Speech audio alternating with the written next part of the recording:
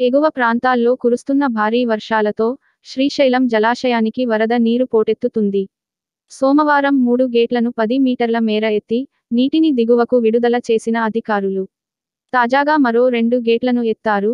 దీంతో మొత్తం 5 గేట్ల ద్వారా నీరు దిగువన ఉన్న నాగార్జునసాగర్ వైపు ప్రవహిస్తుంది.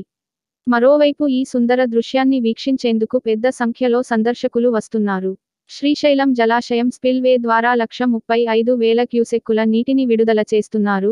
ఇన్ఫ్లో 4,27,000 క్యూసెక్కులుగా, అవుట్ఫ్లో 2,21,000 క్యూసెక్కులుగా ఉంది.